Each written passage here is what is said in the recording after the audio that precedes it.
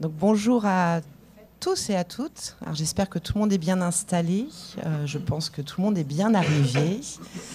Alors bonjour à tous et à tous dans la salle et à distance, puisque devant le vif succès de ce séminaire, nous avons mis un lien de connexion pour pouvoir suivre cette plénière à distance.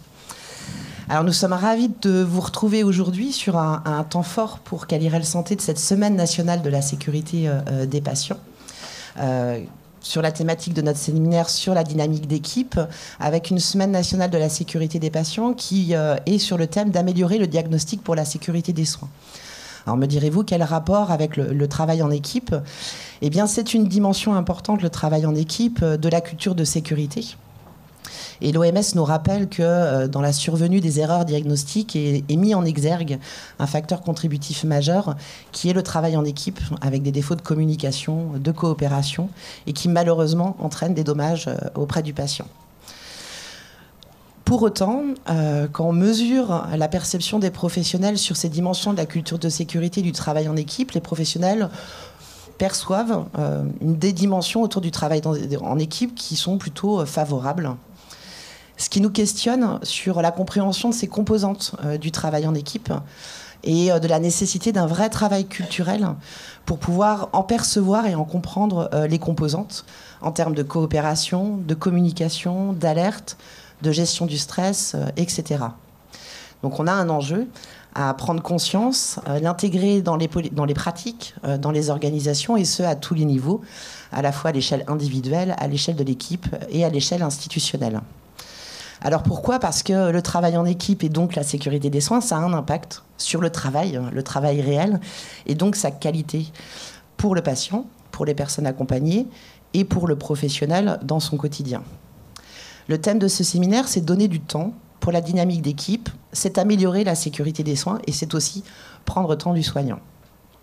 Ces espaces-temps sont donc le fil conducteur de notre journée, qui a rencontré un vif succès. Comme je vous l'ai dit, je crois qu'au bout de quelques jours de lancement des inscriptions, nous étions déjà complets.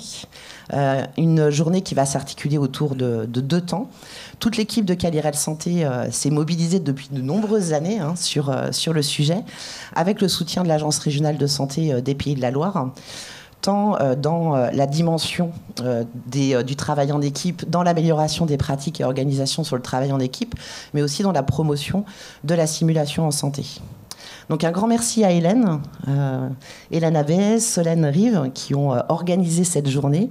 Un grand merci à nos intervenants et partenaires pour l'organisation de cette journée et aux équipes qui sont prêtées au jeu du retour d'expérience. Alors, c'est une journée qui est extrêmement riche dans son programme. Donc, après mes petits propos introductifs relativement courts, nous avons la chance de pouvoir bénéficier de la présence de l'association de soins aux professionnels de santé, ce qui me permet de remercier Corinne et Frédéric de leur présence et de vous indiquer que, comme vous avez pu le voir dans le hall d'accueil, un stand est destiné. Donc, vous pourrez, à l'issue de leur présentation, leur poser toutes les questions. Prendre soin des soignants, ça a été notre souhait de pouvoir débuter cette journée en partageant autour d'initiatives et de solutions pour améliorer la santé des professionnels de santé. Ensuite, nous avons été chercher aussi des expériences chez nos limitrophes de pays, Enalux, nos collègues belges, qui vont aborder aux côtés d'Hélène Abbé le débriefing clinique de quoi parle-t-on.